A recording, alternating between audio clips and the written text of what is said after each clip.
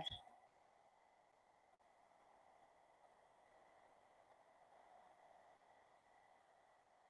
Un momentito. No sé, si hiciera alguna pregunta sobre axiología, ¿no? Previa a lo que vamos a resolver, pueden hacer sus comentarios por el chat y también por el micrófono. Muy bien, entonces, pregunta número 1, ¿sí? Pregunta número 1.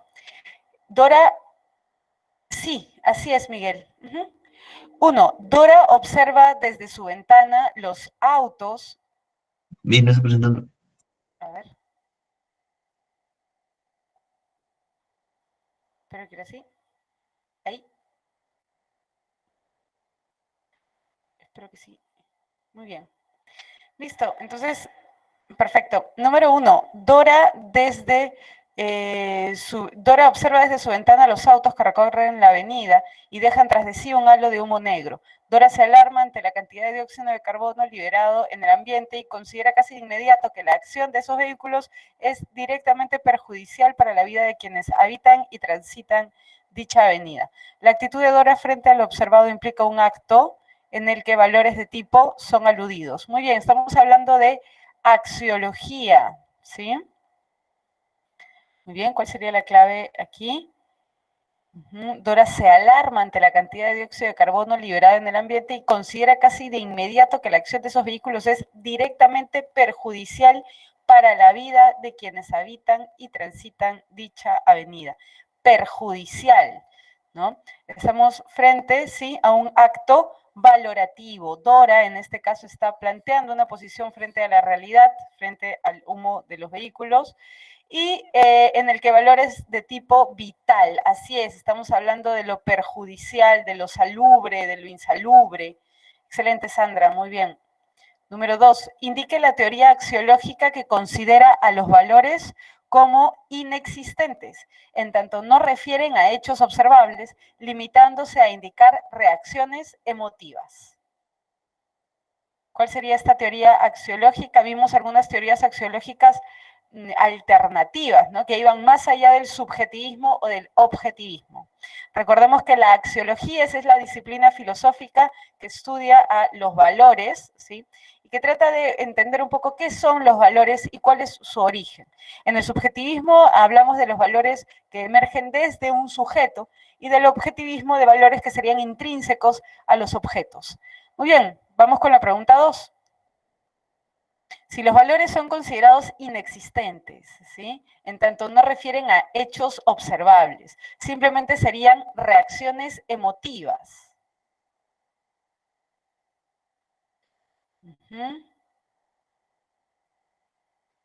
Naturalismo, sociocultura. Bueno, aquí debería ser, aquí veo que no hay clave, así que la clave tendría que ser emotivismo, ¿sí? La clave tendría que ser emotivismo, ¿ok? Emotivismo, ¿sí? Así que en la 2 no hay clave, pero debería ser emotivismo. A propósito de Riccieri Frondizi, ¿sí? Vamos a colocarlo aquí, ¿ok? En la E de emotivismo, ¿ok? Bien, luego haremos esa corrección. 3. Eduardo considera que un acto heroico del tipo de aquellos concernientes a la demostración de valentía dentro de un campo de batalla es más bello que cualquier pieza arquitectónica. ¿Qué característica de los valores está implícita en los juicios de Eduardo? Eduardo considera que un acto heroico del tipo de aquellos concernientes a la demostración de valentía dentro de un campo de batalla es más bello que cualquier pieza arquitectónica.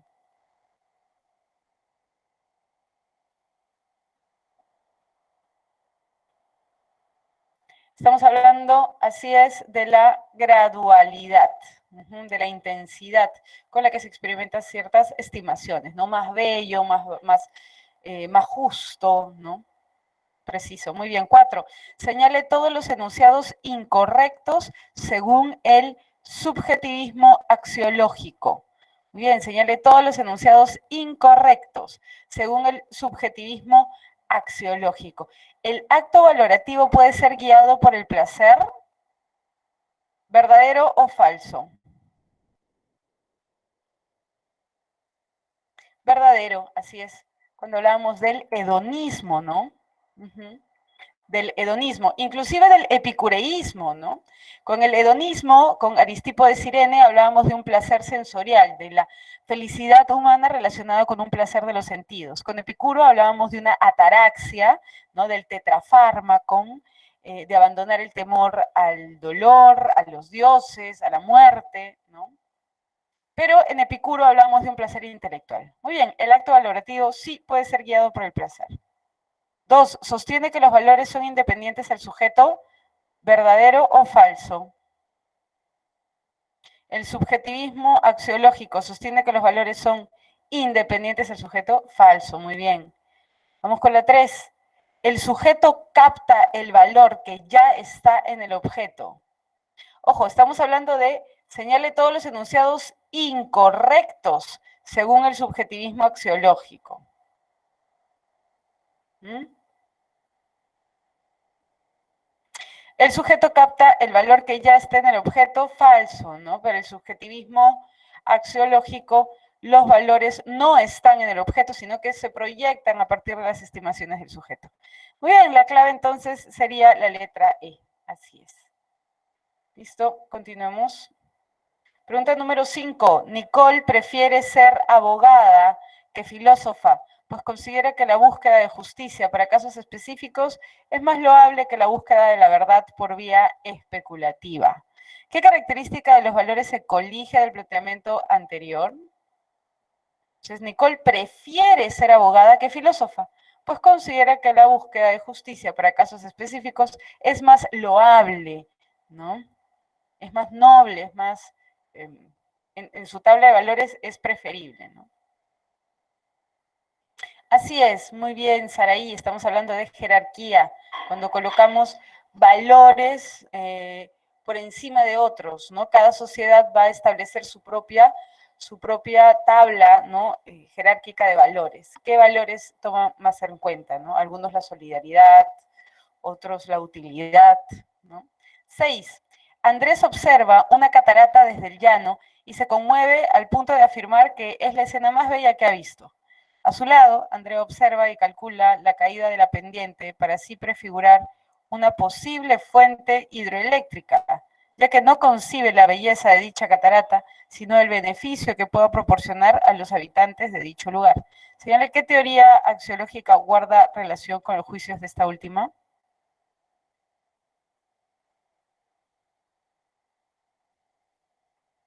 A ver, veamos. Así es, efectivamente, Diego, estamos hablando del utilitarismo, ¿no? Pues no concibe la belleza de dicha catarata, sino el beneficio. El utilitarismo con John Stuart Mill y Jeremy Bentham establece una suerte de cálculo, ¿no?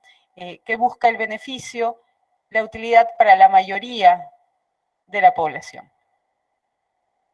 Siempre valoramos guiados, es parte del subjetivismo axiológico, ¿no? El utilitarismo. Actuamos guiados por la utilidad, la búsqueda de utilidad. 7. Señale una característica del naturalismo axiológico. Ahora recordemos el naturalismo axiológico. Habíamos planteado la axiología a partir de la pregunta sobre el origen de los valores, ¿no? Hablamos del objetivismo y del subjetivismo. El naturalismo axiológico, a ver, veamos, formaría parte del objetivismo, ¿no? A ver, naturalismo axiológico. No existe relación entre sujeto y objeto. Los valores son inherentes a los objetos. Los valores son producciones culturales. Los valores se captan solo racionalmente o los valores son cualidades ideales. Efectivamente, Eric, para el naturalismo axiológico y para el objetivismo, los valores son inherentes a los objetos. Recuerden, ¿quién fue el representante del naturalismo axiológico en la antigüedad?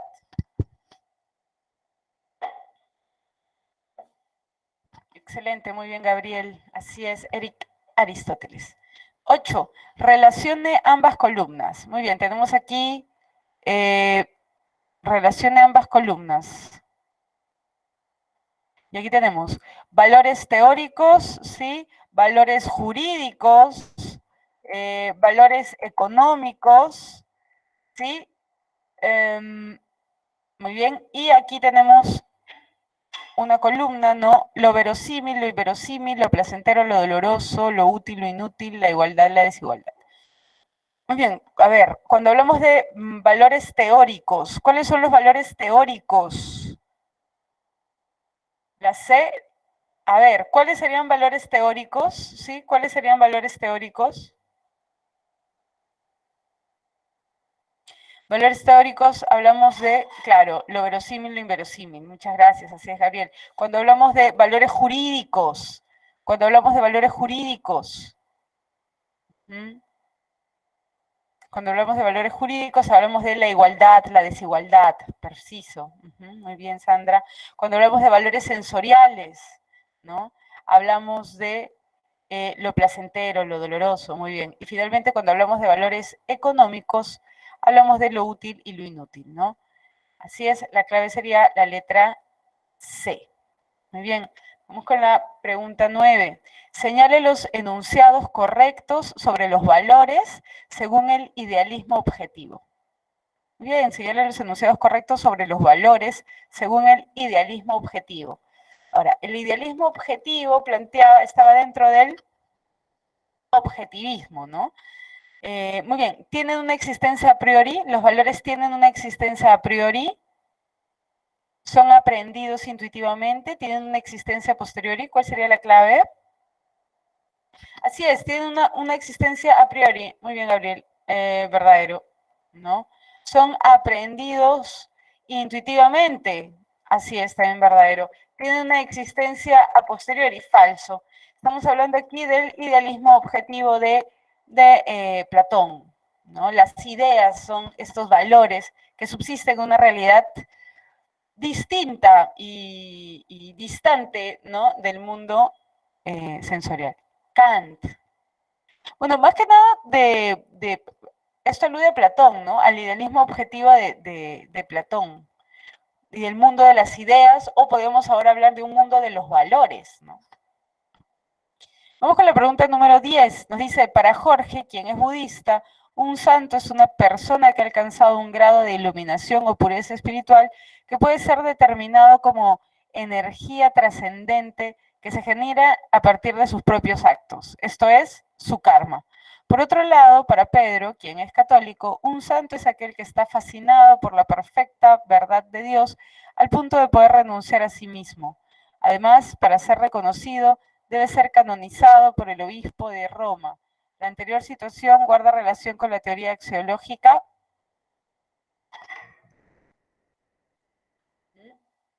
Entonces aquí estamos hablando de diferentes nociones de la santidad, ¿no? ¿Qué es lo santo? ¿No? Así es, muy bien. Teoría axiológica socioculturalista. Muy bien. Excelente, listo. Entonces, continuamos, y eso fue un breve repaso sobre axiología, y ahora hablaremos un poco de ética. La ética es una disciplina filosófica que proviene del griego ethos, que significa costumbres. La ética va a analizar, en tanto disciplina filosófica se va a encargar de realizar una reflexión filosófica en torno a determinados a las acciones de las personas, ¿no? Va a analizar ese conjunto de creencias y de elementos culturales y personales y de toda índole, ¿no? Que repercuten en nuestra manera de comportarnos en la vida diaria. Hablaremos un poco de qué es la moral. Ética y moral son distintas, ¿no? La ética es la disciplina filosófica que analiza la moral. Y la moral, la moralidad, hemos visto un poquito cuando estudiamos un poco de Nietzsche, ¿no? La filosofía de Nietzsche, hablamos de la moral del amo, la moral del esclavo, y hablamos de algunas características, ¿no? La moral del esclavo, ¿cuáles eran algunas características de la moral del esclavo? La sumisión, la compasión, la solidaridad, el temor, y son elementos que van a determinar el comportamiento de las personas, ¿no? También hablaremos de qué es, cuándo podemos determinar que una persona es moral, amoral o inmoral, ¿no? Son tres conceptos distintos. Hablaremos también de algunas teorías éticas muy importantes. Hablaremos de la ética de la virtud o la ética eudaimonista de Aristóteles en la época clásica. También hablaremos de la ética del deber o deontología relativo al deber, planteado por Kant. Y finalmente hablaremos del utilitarismo de Jeremy Bentham y John Stuart Mill. En primer lugar, ¿qué es la ética? ¿No? Como les mencionaba, proviene del griego ethos, que significa costumbres, y la ética estudia la conducta moral de los seres humanos. Entonces, necesitamos saber qué es la moral, ¿no? Esta conducta moral. La moral tiene que ver con el comportamiento que en determinada sociedad es considerado aceptable. Entonces, hablamos de acciones morales, que son acciones que son conscientes, son libres, son responsables, ¿no? Somos conscientes, somos libres y somos responsables cuando ejecutamos acciones morales, ¿sí? Pero también cuando ejecutamos acciones inmorales, ¿no? Una acción inmoral es aquella que va en contra de la cultura, las costumbres de una sociedad.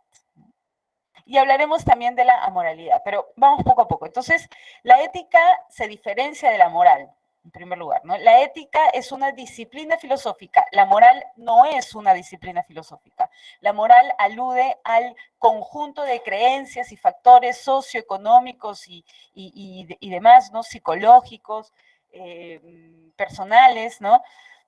Me refiero a la familia, que van a que de alguna manera van a propiciar un determinado comportamiento, ¿no? Cómo cada una se comporta, ¿no?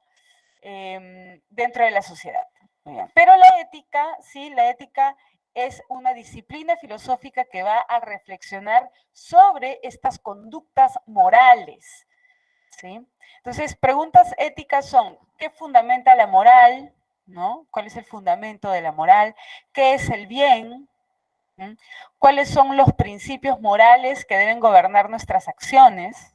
¿Bajo qué principios debemos actuar? ¿No? ¿Qué es el bien? ¿Qué fundamenta la moral? Muy bien. Entonces, aquí tenemos un cuadrito sobre la diferencia entre moral y ética, ¿no? La moral, como les mencionaba, es este conjunto de principios, costumbres, valores que guían la conducta, nuestras conductas en nuestros entornos sociales, ¿no? Cuando hablamos de moral, hablamos de normas, normas de comportamiento, normas de convivencia, ¿no? Entonces, son todos estos factores que determinan nuestros comportamientos dentro de una sociedad. La ética, por otro lado, es una reflexión filosófica sobre estas normas, sobre estas conductas. Y la ética, en tanto reflexión filosófica, trata de dar un fundamento, ¿no? ¿Por qué es que debemos apostar por una vida comunitaria? ¿Por qué debemos apostar por la solidaridad? ¿Por qué debemos defender valores como la justicia, la integridad? ¿No? ¿Por qué? ¿Por qué son importantes estos principios, estas normas? Ese por qué tan importante, ¿sí? Se analiza en filosofía y se analiza específicamente en ética. ¿Por qué debemos seguir tales principios de comportamiento? ¿Qué los justifica? ¿No? ¿Y en qué situaciones no se justifican? Muy bien, ética, reflexión filosófica sobre la moral, moral, conjunto de principios que determinan nuestras conductas. Entonces, ¿qué es una persona moral? ¿Quién es una persona moral? Para ser una persona moral debemos poder estar conscientes de qué son acciones buenas y qué son acciones malas en momentos específicos, ¿no? Poder discernir entre lo bueno y lo malo, podemos mencionarlo de esta manera.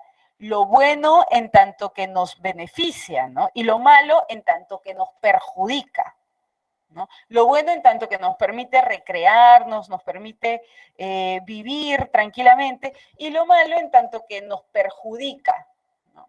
Entonces, una persona moral debe poder discernir, diferenciar entre aquellas acciones que benefician su existencia y otras acciones que perjudican su existencia. Entonces hablamos de una persona moral consciente de lo perjudicial y de lo beneficioso. Luego también hablamos de la libertad. Una persona moral solo puede serlo en tanto que es libre, en tanto que no está coactada por otras personas para poder actuar de la manera como decida, ¿no? Entonces debemos ser conscientes, poder diferenciar entre aquello que nos perjudica y aquello que nos beneficia, y debemos poder ser libres, es decir, tener la facultad de decidir bajo ningún tipo de presión o de manipulación, por más subliminal o escandalosa que sea, ¿no? Debemos decidir en libertad. Muy bien, a propósito de las votaciones, ¿no? Muy bien, y responsabilidad, es decir, debemos estar capacitados para poder reconocer, ¿sí?, qué consecuencias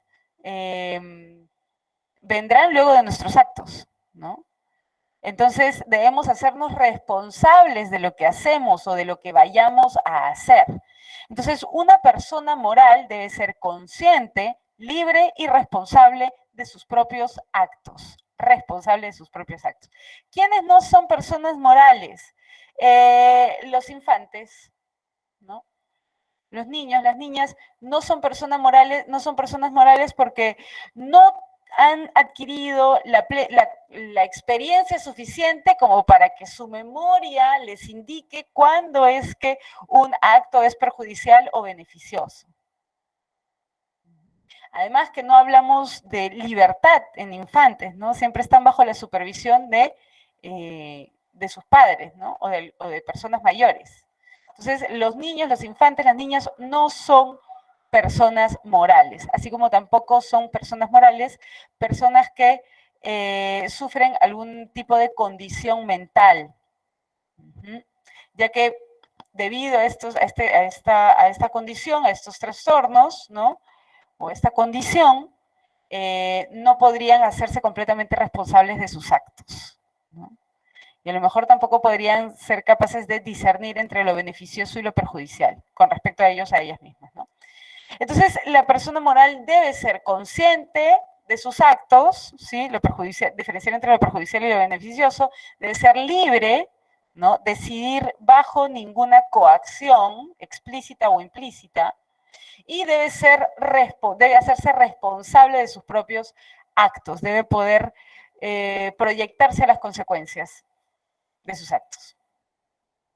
Muy bien, una diferencia importante, aquí tenemos, ¿no? Una persona inmoral es una persona, bueno, vayamos a la persona inmoral, muy bien. Una persona inmoral, ¿sí?, es aquella que tiene las mismas características de la persona moral, es decir, es consciente, es libre y es responsable de sus actos, pero decide responsablemente, ¿no?, transgredir las normas, las pautas de convivencia, ¿no? Decide robar, decide cometer un crimen, ¿no?, debido de repente a una cuestión de decisiones personales, de contextos, de necesidades particulares, ¿no? Entonces, no solamente de necesidades, ¿no?, sino de circunstancias. En fin, la persona inmoral es consciente de sus actos, es libre, decide cómo actuar, ¿no?, y es responsable. Por lo tanto, una persona moral tiene las mismas características que la persona moral, solo que la persona inmoral va en contra, transgrede las normas de convivencia, las normas de su sociedad.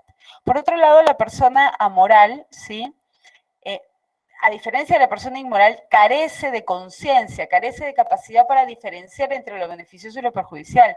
No es una persona libre, no puede decidir libremente, ¿no? Y por lo tanto, no es responsable de sus actos. Por eso hablábamos de los niños y las niñas cuando mencionábamos a las personas amorales.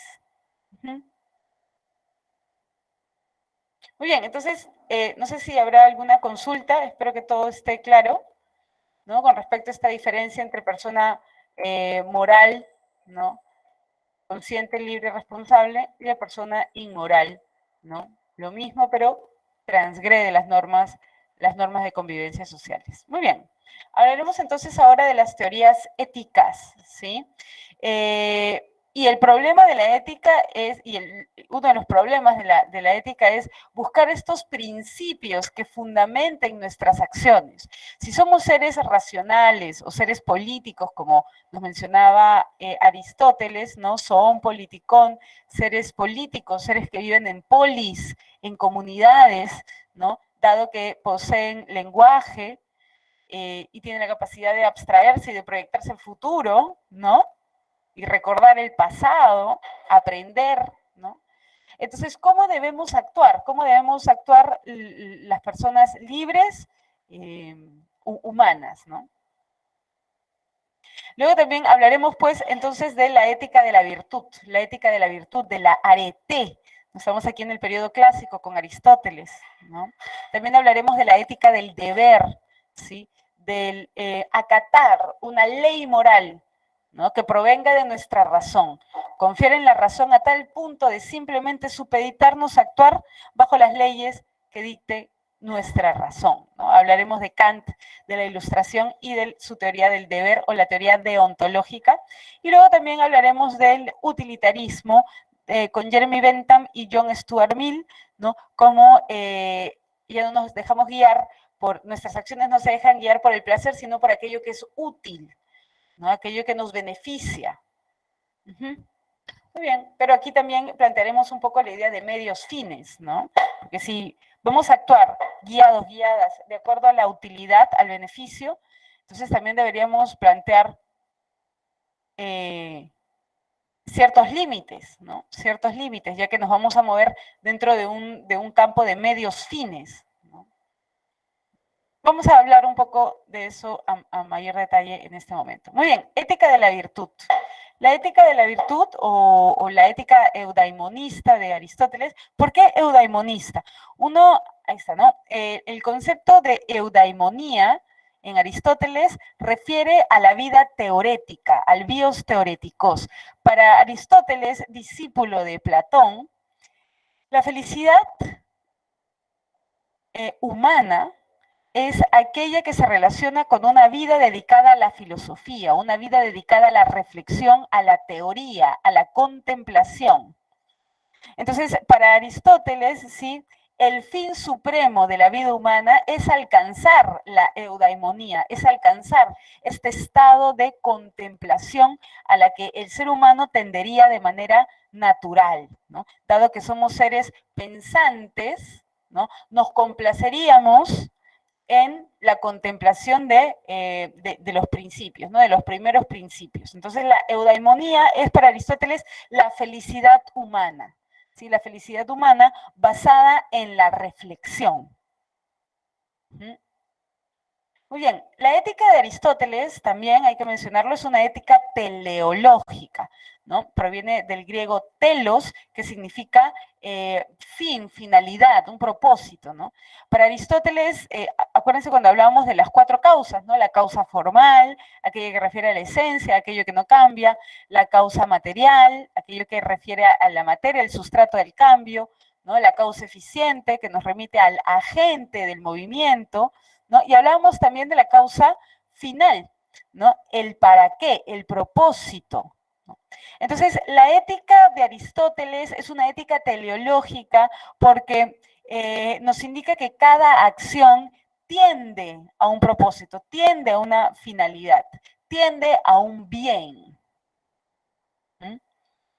Tendemos a un bien, ¿no? Entonces, ¿cómo así alcanzarlo? ¿No? ¿Cómo así, si la ética de Aristóteles es una ética de propósitos, de finalidades, ¿no? Cada acción tiende a un fin, el cual es perseguido por ser considerado un bien, ¿no? Entonces, ¿qué es la felicidad? ¿Cómo alcanzar esta eudaimonía, este estado, ¿no? ¿Cómo alcanzar la eudaimonía? Bueno, para Aristóteles, esta felicidad humana no se relaciona ni con el placer sensual, ni con el dinero, ¿no? No se relaciona con el honor, con la fama, con el éxito, ¿no? Sino que se relaciona con la práctica de la virtud. Acuérdense que en el mundo clásico entendíamos virtud, arete, como conocimiento, ¿no? Acuérdense que un poco la relación entre filósofos en el mundo clásico era la de Sócrates, ¿sí? Platón y Aristóteles, ¿no? En Sócrates habíamos visto un poco una filosofía de corte racional, ¿no?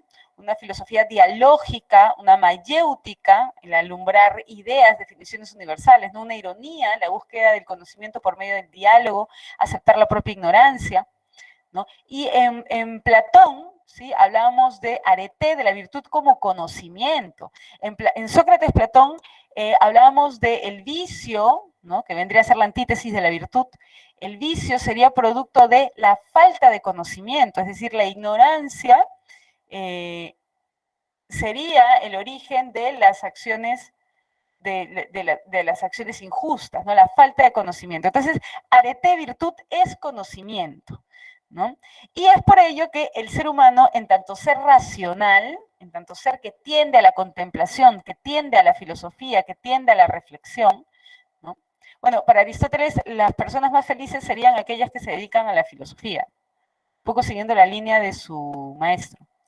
Entonces, debemos practicar la virtud, ¿sí? Debemos practicar la virtud y la virtud alude al conocimiento, por lo tanto, debemos desarrollar nuestra naturaleza racional. Ahora, esta eudaimonía, esta felicidad humana, tiene tres características. Es autárquica, es perfecta y es excelente. Muy bien. Autárquica porque no necesita de nada más. Es un fin en sí mismo. La eudaimonía es un fin en sí mismo. No es un medio para algo más. Es aquello que buscamos. Es el bien hacia el cual tendemos. Este es nuestro telos. Es nuestra causa final. La eudaimonía sería el propósito, la finalidad, el telos de la vida humana. Y esta eudaimonía es una felicidad que se basa en la vida racional y en la práctica de la virtud. Entonces, es autárquica, la felicidad, la eudaimonía en Aristóteles es autárquica, en tanto que no requiere de nada más, ¿no? Es un fin en sí mismo. Es perfecta, ¿sí? Porque no hay nada más que añadírsele, ¿no? Y es excelente porque es el estado máximo, el telos al que los seres humanos tienden.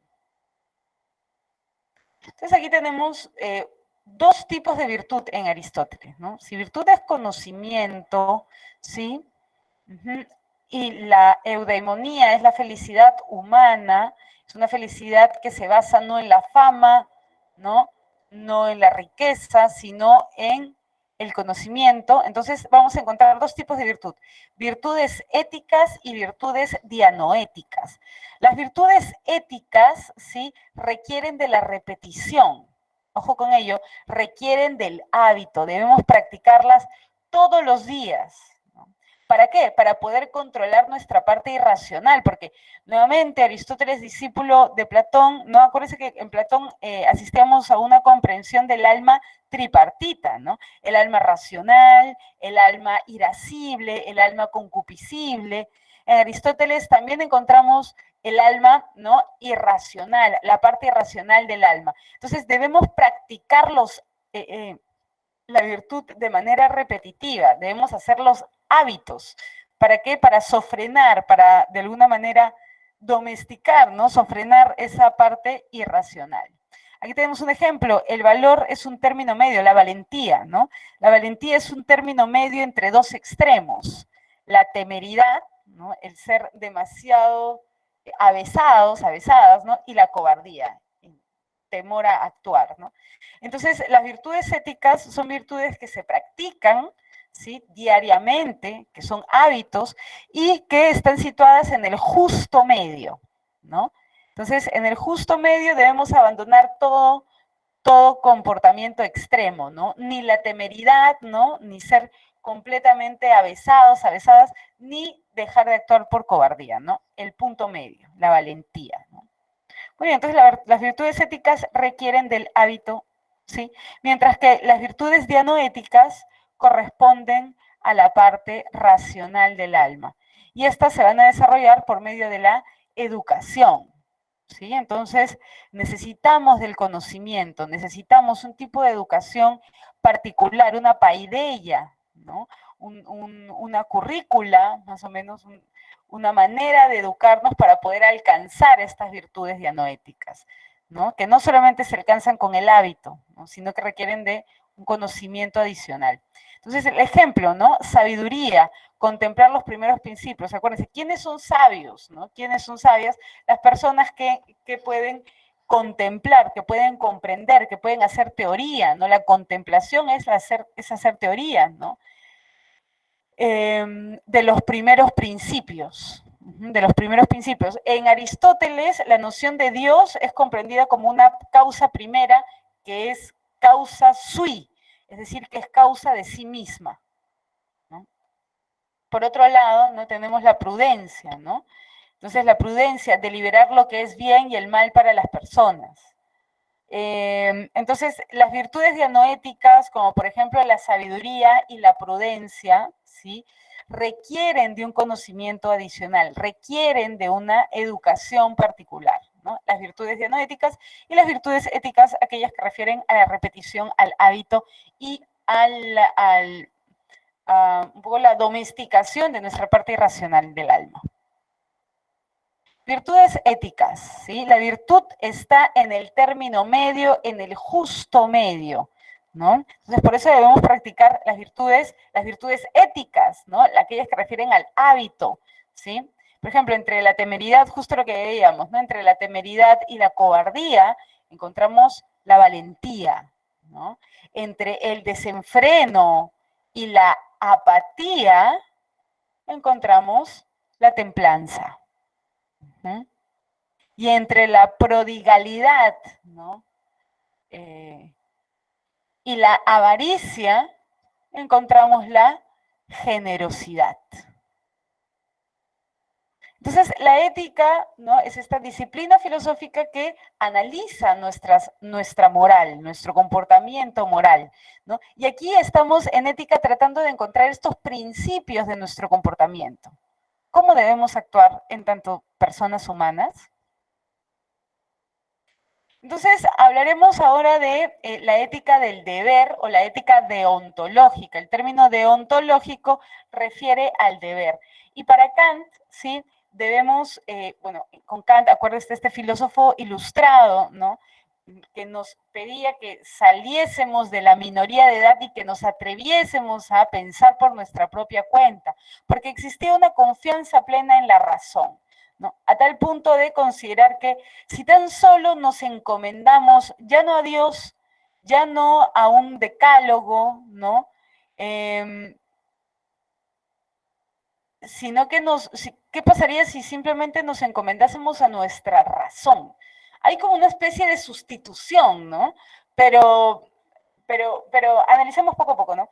Entonces, para Kant, una acción es buena si nace de nuestra voluntad buena. ¿Qué es nuestra voluntad? Es nuestro deseo, ¿no? Entonces, una acción será buena si nace de nuestra voluntad buena, nuestro deseo de actuar de una forma correcta, ¿no? Entonces, nuestra buena voluntad deja de ser buena para Kant, ¿sí? Entonces, hay tres elementos importantes en Kant: la razón, la voluntad, ¿sí? La razón, la voluntad, y ahorita vamos a hablar de la ley moral. Entonces, nuestra voluntad deja de ser buena si actuamos de acuerdo a los beneficios que determinadas acciones nos puedan proporcionar en el futuro. Es decir, si actuamos según la estructura medios-fines. Si actuamos según la estructura medios-fines, entonces vamos a actuar no guiadas, ¿no?, por la acción en sí, por querer realizar una acción correcta, sino guiadas por el beneficio. ¿Sí? Que vamos a ver cómo en el utilitarismo no es para nada reprochable, ¿no? Pero aquí, para Kant, no. Una buena voluntad es aquella que actúa, ¿no?, sin pensar en las consecuencias beneficiosas, ¿no?, que actúa según el deber, según lo que la razón le dicta que debe hacer, ¿no? Entonces, la conciencia es buena si concuerda con la ley moral que nos dicta nuestra razón. La razón es como ese máximo tribunal al que debemos un poco supeditarnos, ¿no?, acatar nada más. Debemos acatar los mandatos, en este caso las leyes que nos dicta la razón, las leyes de comportamiento, las leyes morales que nos dicta la razón. Por eso en Kant hablamos de imperativo, ¿no? ¿Qué es un imperativo? En Kant hablamos del imperativo categórico. El imperativo categórico es ese principio que debemos seguir, ¿no? Que no es ningún mandamiento, que no es ningún dogma, no es ninguna religión, sino que simplemente es un principio producto de nuestra razón. Ese es el imperativo categórico que lo vamos a ver en breve, ¿no? Entonces, estamos frente a una ética que plantea la obediencia, ¿sí? La obediencia, ¿pero a qué? La obediencia a nuestra propia razón, consultarlo con nosotros, con nosotras mismas, ¿no? Entonces, la ley moral es un mandato, sí, que surge de la razón y que expresaría el deber de nuestra conciencia. Entonces, nuestra razón, sí, no es, en este sentido, no sería cuestionable, ¿no? Sino que deberíamos acatar lo que la razón nos manda, ¿no? Las leyes de comportamiento que nos estipule la razón para así actuar de acuerdo al, a la buena voluntad. No sé si me dejo entender. ¿Está claro, más o menos? Entonces, hay algunos elementos en Kant, ¿no? La razón, tribunal máximo, ¿sí? Que nos va a dictar, ¿qué? Leyes morales. Y esas leyes morales, leyes de comportamiento, deben ser acatadas ¿por quién? Por nuestra voluntad. Nuestra voluntad será buena si es que acata las leyes morales que dicta nuestra razón. Una voluntad no será buena si es que no actúa según la razón, si es que se deja llevar por el beneficio, por el placer, por el éxito, por el poder adquisitivo, qué sé yo, ¿no? Entonces debemos actuar siempre según nuestra propia razón. Aquí tenemos un ejemplo, la obligación de estudiar, ¿no? Esta es una ley moral, yo tengo que estudiar, ¿no? Insta a toda conciencia a estudiar porque es su deber, ¿no? Yo tengo que estudiar porque es mi deber, yo debo estudiar, ¿no? Mi razón me dicta que debo yo en estos momentos de estudiar, ¿no? Y aquella persona que estudia por los efectos que pueda tener, por ejemplo, yo voy a estudiar porque sé que si estudio voy a poder adquirir mucho mayor dinero, o voy a poder alcanzar la felicidad, o por fin mis parientes van a estar orgullosos, ¿no?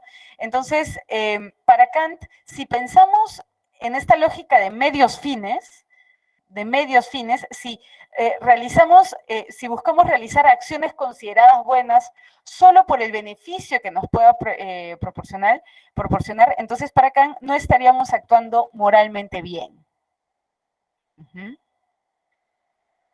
Entonces debemos seguir los mandatos de nuestra razón. Nuestra voluntad para ser buena debe acatar estos mandatos. Pero Profesora, sí, sí. estudiar para adquirir conocimientos y también ser alguien en la vida.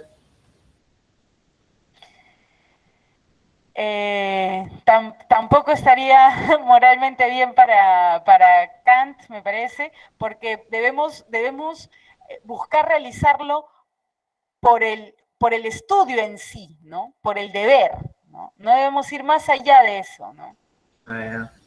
Algo así, ¿no?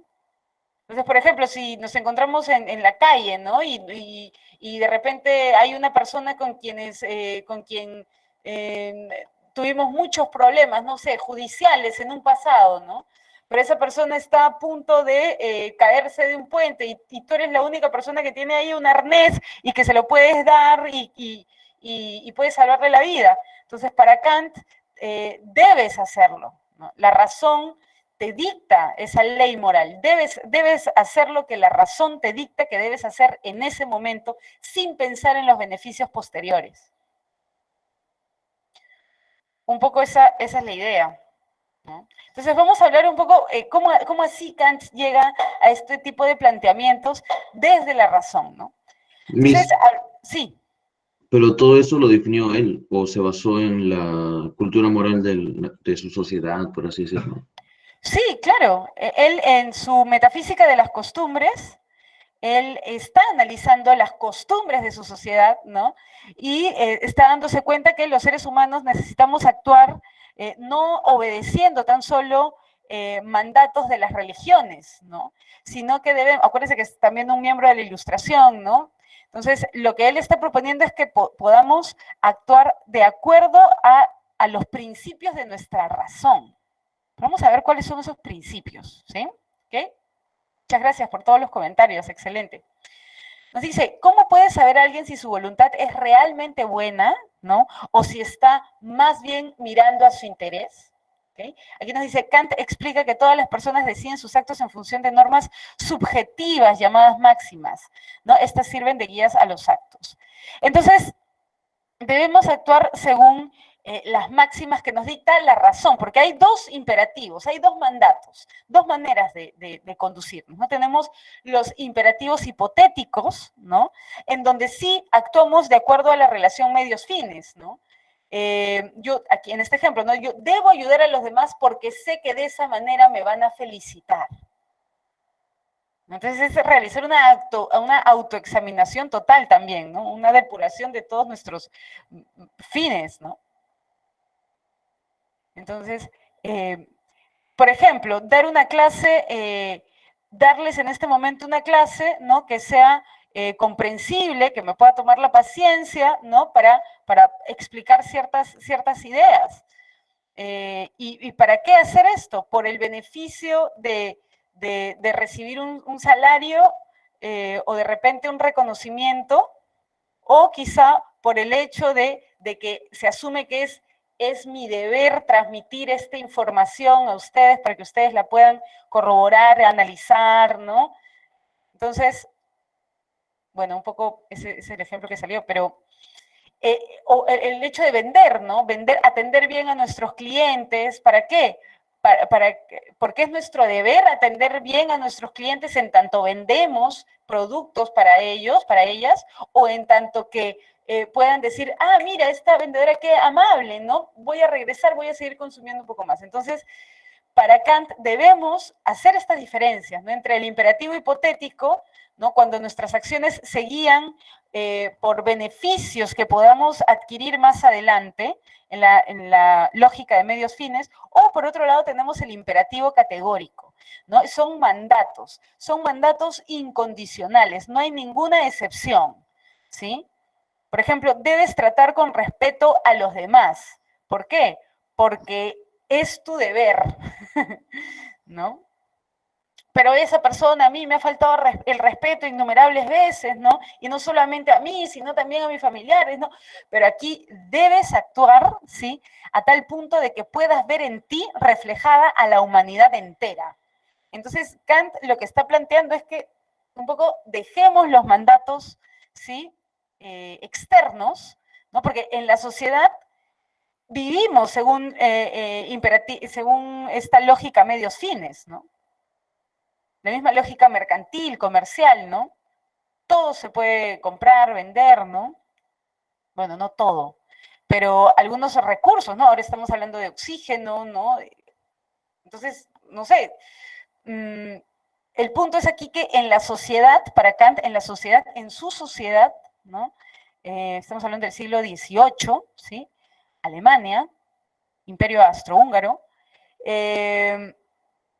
Entonces, estamos hablando aquí de una sociedad que se desarrolla a partir de medios fines, ¿no? Y el imperativo categórico un poco se expresa de esta manera, ¿no?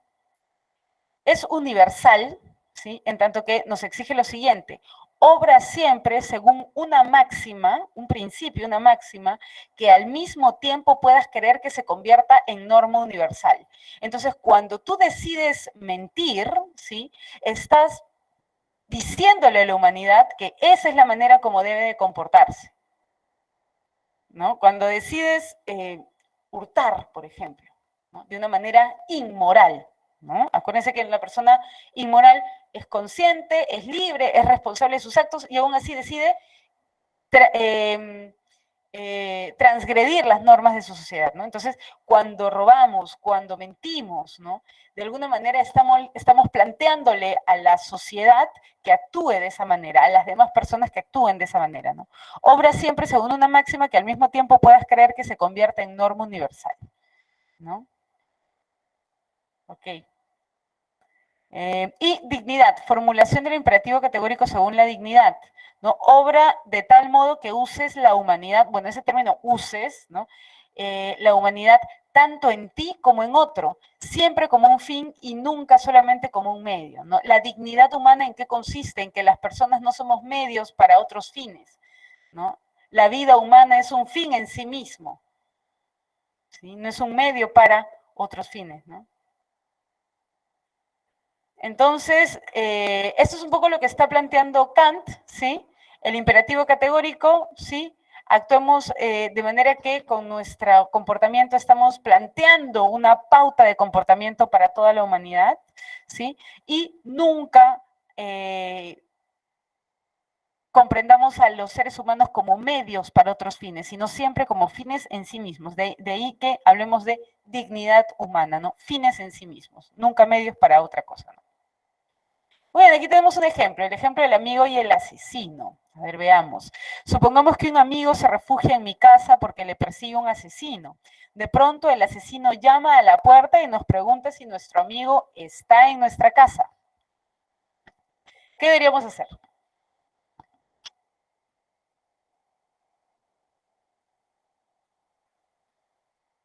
¿No? ¿Alguna idea?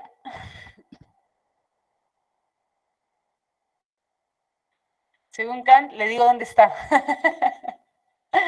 Aquí está. Según Kant, no mentir. Claro, entonces ahí vemos cómo hay ciertos dilemas que se plantean, ¿no? ¿Cómo actuar, no? Está en mi casa, ¿no? Pero lo está persiguiendo un asesino. Yo no puedo permitir que esa persona lo asesine, pero tampoco puedo mentirle, ¿no?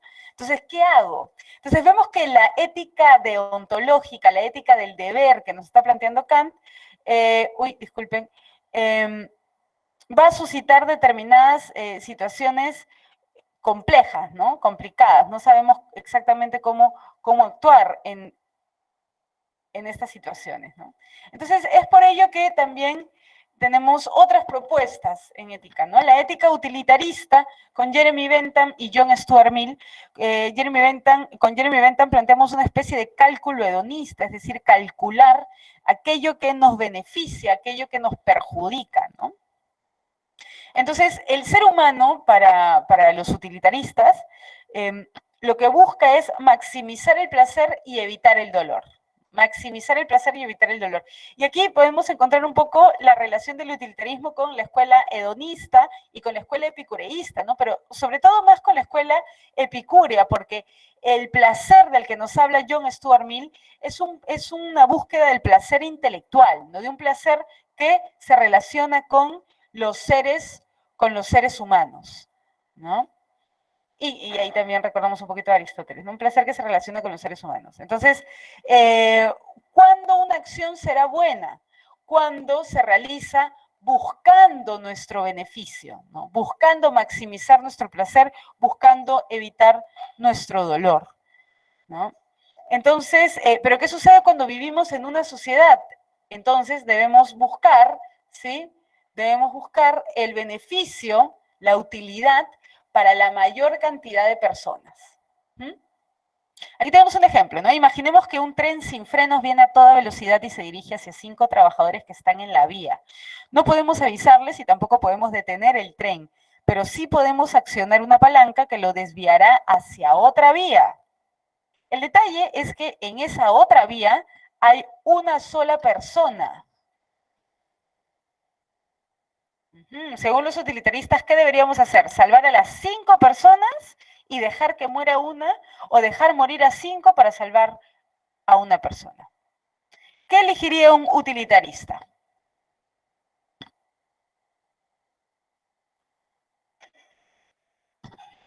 Ok, Miguel no elige ninguno, claro, dejar morir a uno. Y eso es un poco la lógica que siguen también un poco quizá las políticas públicas, ¿no? Entonces aquí estamos cuantificando de alguna manera la vida, ¿no? En este caso la cantidad de víctimas, ¿no? Sí, entonces este es un poco el problema, ¿no? Que cuando trasladamos el cálculo a estas circunstancias éticas, ¿qué es lo que sucede, no? Ya hemos encontrado algunas declaraciones, ¿no? de algunos partidos políticos que mencionan, ¿no? Nosotros matamos menos en nuestro periodo, ¿no? Por eso deberían elegirnos a nosotros, ¿no? Entonces, vemos que si bien estas teorías, la teoría utilitarista podría de alguna manera solucionar ciertos dilemas, ¿sí? Nos sumiría en esta situación de calcular, ¿no? Calcular quizá el valor de la vida humana. Si la otra persona es alguien a quien quiero, según el utilitarismo, dejo morir a la otra 5. Buena pregunta, Renato. Bueno, deberías pensar en el beneficio de las mayorías, ¿no? Según el utilitarismo, debes actuar guiada por el beneficio para la mayor cantidad de la población. Sí, terrible, ¿no? El utilitarismo. Por otro lado, también John Stuart Mill, ¿sí? Representante del utilitarismo, en su libro sobre la libertad, nos plantea un poco estos 3 puntos importantes respecto de la libertad individual, ¿no? Entonces, los seres humanos somos libres, ¿sí? Necesitamos desarrollarnos de manera libre, ¿no? Y para ello necesitamos ejercer libertad de pensamiento, libertad de acción y libertad de asociación, ¿no? La libertad de pensamiento implica poder expresar, ¿no? lo que pensamos, ¿no? Publicar, hacerlo público, ¿no? La libertad de acción es poder actuar de acuerdo a nuestras propias reflexiones, a nuestras propias ideas, ¿no? Y la libertad de asociación es el hecho de poder asociarnos, juntarnos, agruparnos con quienes deseemos, ¿no? Siempre y cuando no perjudiquemos a los demás. Entonces, esta frase de que mi libertad termina allí donde empieza la libertad del otro, es una frase de John Stuart Mill en su libro sobre la libertad, ¿no? Libertad de pensamiento, libertad de acción y libertad de asociación, ¿sí? Muy bien, entonces eso sería todo con respecto a nuestra sesión de ética el día de hoy. Muy bien, entonces espero que se haya comprendido y nos vemos en la siguiente sesión. Muchas gracias, hasta luego.